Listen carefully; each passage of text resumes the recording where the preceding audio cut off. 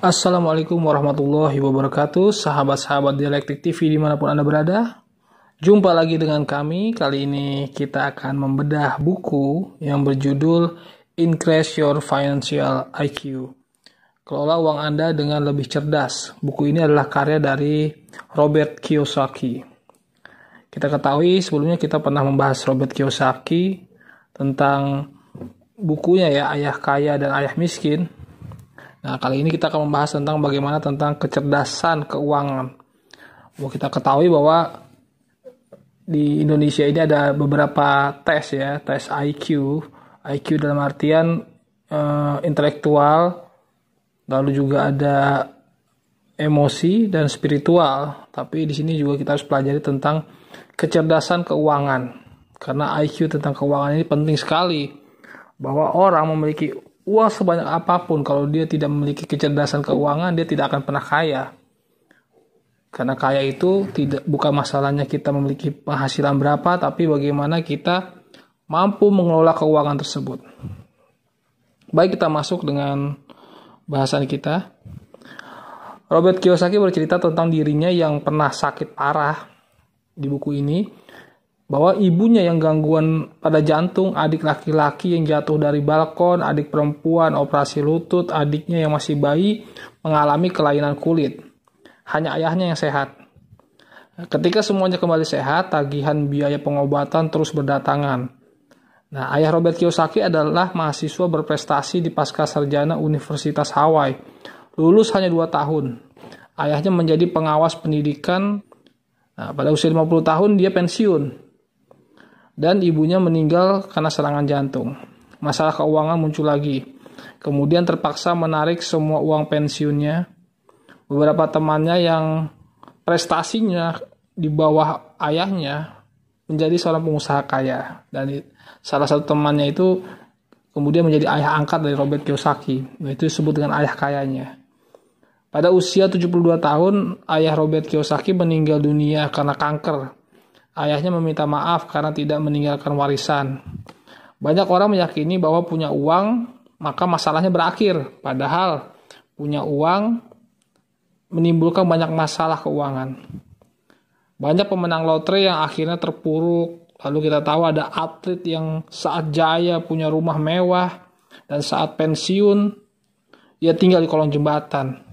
Jadi memberi orang uang tidak menyelesaikan masalah. Maka perlu kecerdasan keuangan. Kalau kecerdasan keuangannya bertambah, maka dia akan menjadi kaya. Kita tahu semuanya bahwa di bawah aturan kapitalisme lama, menabung adalah tindakan cerdas. Dalam aturan kapitalisme baru, menabung adalah tindakan yang gila. Karena pada aturan baru, mata uang harus terus bergerak.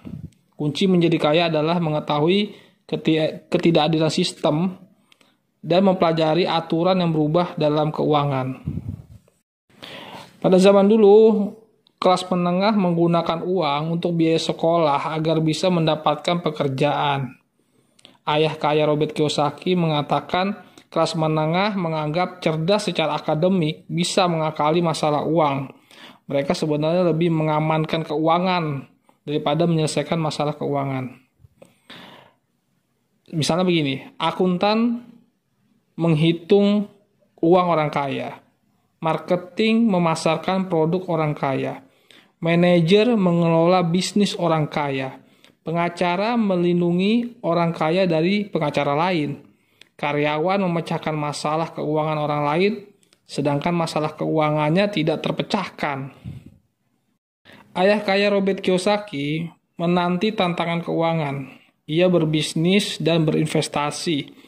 Kecerdasan keuangan diantara yang dirumuskan oleh ayah kaya itu adalah menghasilkan banyak uang. Yang kedua, melindungi uang, menganggarkan uang, dan meningkatkan informasi tentang keuangan. Baik, kita bahas satu persatu dari konsep dari ayah kaya dari Robert Kiyosaki. Bahasan pertama kita tentang menghasilkan banyak uang. Pengusaha menjadi kaya karena proses, bukan karena uang. Banyak anak orang kaya bangkrut usahanya karena mereka hanya mau uang tapi tidak mau prosesnya. Kecerdasan emosi penting, di mana kita harus mau menunda kesenangan Dan orang kaya semakin kaya karena mereka memperbanyak aset. Kita lihat anak-anak orang kaya itu kan mendapatkan warisan yang mungkin miliaran, ratusan juta. Tapi kemudian uang itu hilang saja karena dia tidak mengerti tentang bagaimana mengelola uang tersebut. Nah, itu yang kita akan bahas di sini. Tentang bagaimana meningkatkan keuangan. Orang kaya itu banyak menunda kesenangan. Misalnya mereka dengan uangnya tidak mau lebih banyak pesta-pesta atau membeli barang-barang mewah, tapi lebih memfokuskannya pada aset. Itulah yang membuat mereka itu lebih bisa untuk meningkatkan penghasilannya dibanding orang-orang yang tidak kaya. Orang kaya, dikatakan Robert Kiyosaki, itu mampu melindungi keuangan. Nah, apa sih yang menjadi predator keuangan kita? Yang pertama adalah pajak. Kita tidak bisa kaya kalau semua uang yang direnggut oleh predator keuangan. Dalam arti ini pajak ya. Mereka, para birokrat, terus menaikkan pajak. Partai atau politisi siapapun yang terpilih tidak berpengaruh pada keuangan kita. Masyarakat kita ini memiliki gaji rendah, presentasi pajaknya tapi tinggi. Robert Kiyosaki tidak menginginkan pemerintah mengelola keuangannya.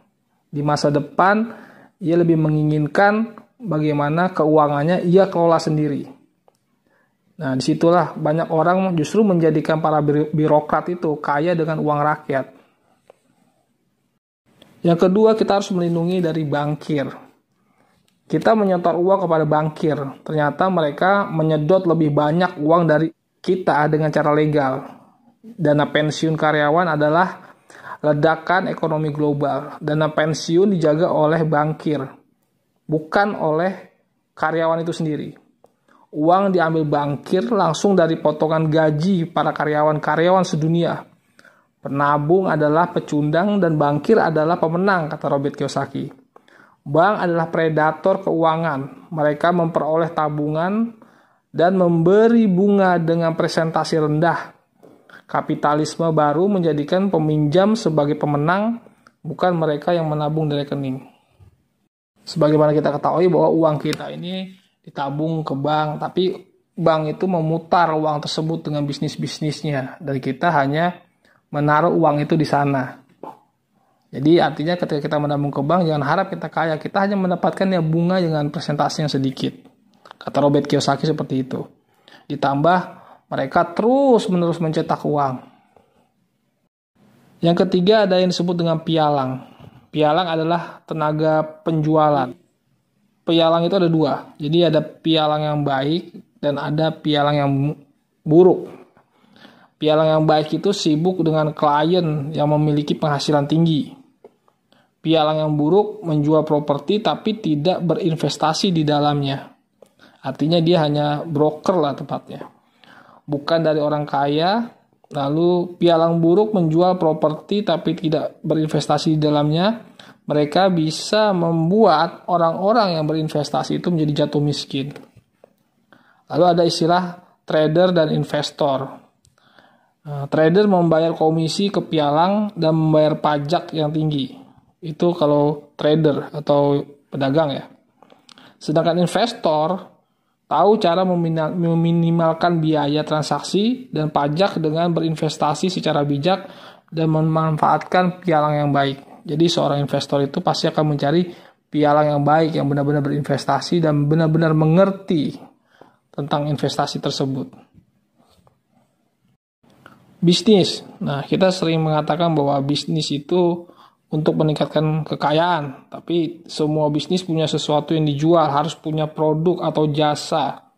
Jadi bisnis ini bisa membuat seseorang makin kaya atau semakin miskin. Misalnya bisnisnya ini jatuh karena seperti saat ini pandemi atau keadaan krisis, akhirnya bisnisnya itu mengalami jatuh dan tidak ada yang dijual. Nah, di sini menunjukkan bahwa bisnis itu bisa memperkaya atau bisa juga membuat kita semakin miskin. Lalu juga ada istilah pasangan. Robert Kiyosaki ini mengatakan bahwa pasangan ini juga predator dalam hal keuangan ya. Karena sebagian orang menikah karena uang, bukan karena cinta. Maka perjanjian pernikahan harus ada namanya perjanjian pranikah. Jadi kalau kita menggabungkan cinta dan uang, maka tidak akan ada kecerdasan keuangan. Jadi jangan pernah lakukan itu. Robert Kiyosaki punya istri namanya Kim. Nah, saat menikah, mereka sama-sama tidak punya uang. Jadi menikah bukan karena uang, mereka benar-benar menikah karena cinta. Tapi Kim punya korporasi dan investasi sendiri. Begitu juga dengan Robert Kiyosaki. Jadi sama-sama punya investasi sendiri, sama-sama punya korporasi sendiri. Dan kalaupun mereka suatu saat harus bercerai misalnya, mereka tidak harus pisah aset karena asetnya sudah terpisah sendiri. Akhirnya setiap tahun mereka semakin kaya. Jadi kalau misalnya mereka bercerai, tidak akan ada sengketa masalah gonogini ya. Tapi kalau mereka tetap menjalin hubungan suami istrinya, pernikahannya tetap berlangsung, setiap tahun mereka akan semakin kaya karena keuntungan dari dua investasi yang saling digabungkan. Jadi dikatakan Robert Kiyosaki, sebenarnya perempuan itu akan menjadi predator kalau dia hanya menggantungkan ekonominya pada pria misalnya, atau sebaliknya. Maka keduanya juga harus sama-sama punya bisnis sendiri, punya investasi sendiri, sehingga mereka tidak perlu ribet masalah harta gono gini ketika suatu saat bercerai gitu. Lalu yang disebut dengan predator itu juga bisa dikatakan ipar ya, ipar.